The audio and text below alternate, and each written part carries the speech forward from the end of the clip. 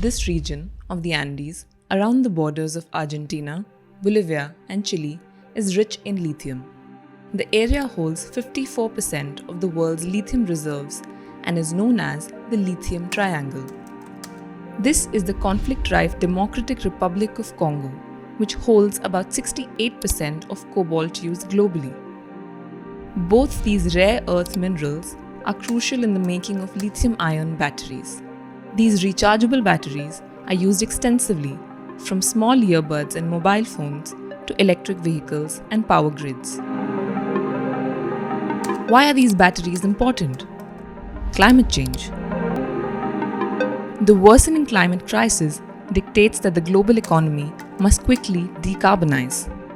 Nations are thus compelled to reach net zero CO2 emissions by 2050. Hence, the world is transitioning to cleaner energy systems like renewables that make use of rechargeable batteries. This is good news, but this also indicates the shifting geopolitics of the world from oil-producing countries to the rare earth mineral-producing countries. Two of the top 4 companies controlling the lithium ecosystem are Chinese. 8 out of the 14 large cobalt mining firms in Congo are also Chinese. Same is the case with other rare earth minerals. This growing dominance of China over reserves and supply chain of critical minerals has sent jitters across most parts of the world.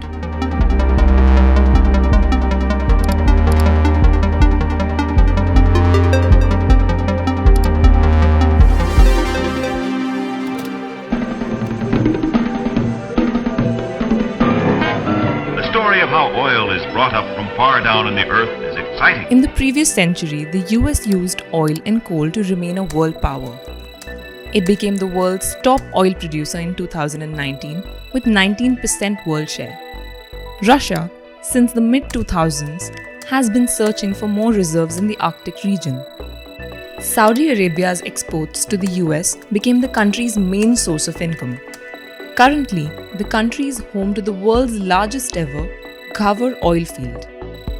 By owning most of the world's oil and coal reserves, the US, Russia, Saudi Arabia, and Australia have largely controlled the global fossil fuel economy.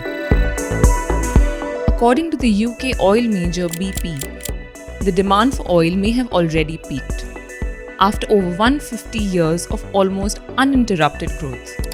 These fossil fuels will be replaced by clean electricity, and by 2050, electricity would be the main energy carrier, with over 50% direct share of total final energy use, up from 21% currently.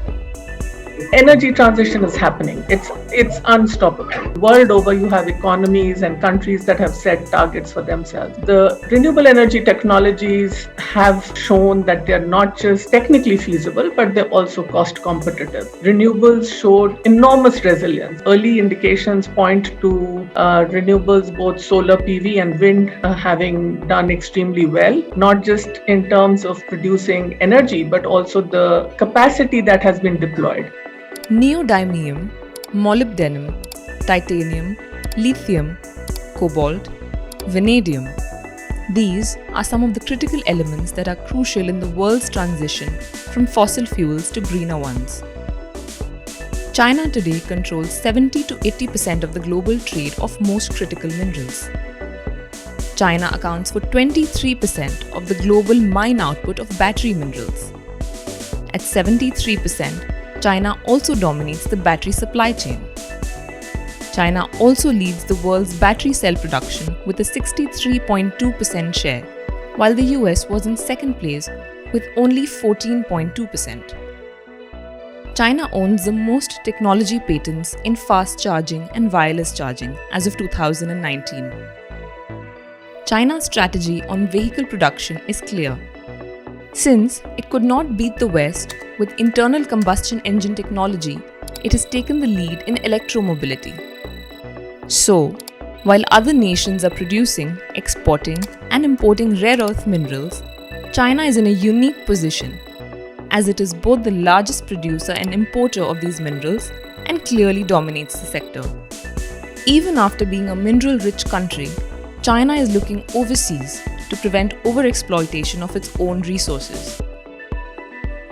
This is where China's aggression towards rare earth minerals is different from the US's ambition for oil in the previous century. Both decarbonization and the digitalization of the global economy, together with the economic recession that's a product of the whole COVID catastrophe, are giving credence to renationalizing narratives, to narratives that call for the decoupling of global supply chains, of cutting ties of interdependence.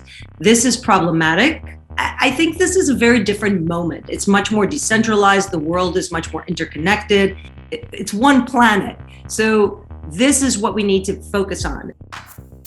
The race for rare earth minerals is on, and international organizations are working with nations to improve resource governance.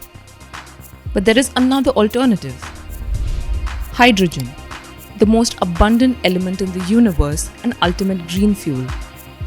It provides 3 times more energy than fossil fuels and releases pure water as the only byproduct. Hydrogen does not occur naturally as a gas on the earth and requires an external energy source to isolate. Countries are now waking up to the idea of replacing fossil fuels with renewable sources to isolate hydrogen. The International Renewable Energy Agency suggests the share of hydrogen in the 2050s energy mix should reach 12% from almost zero right now. Several countries have also published national hydrogen strategies, including Australia, Chile, Germany, Japan, New Zealand, Portugal, Spain, and South Korea. The European Union in June 2020 laid out plans to install 40 gigawatts of renewable hydrogen electrolyzers and produce as much as 10 million tons of renewable hydrogen by 2030. Saudi Arabia is setting up a $5 billion solar and wind energy plant to produce green hydrogen.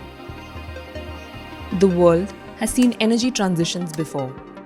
First from biomass to coal, then from coal to oil, and now from oil to electricity.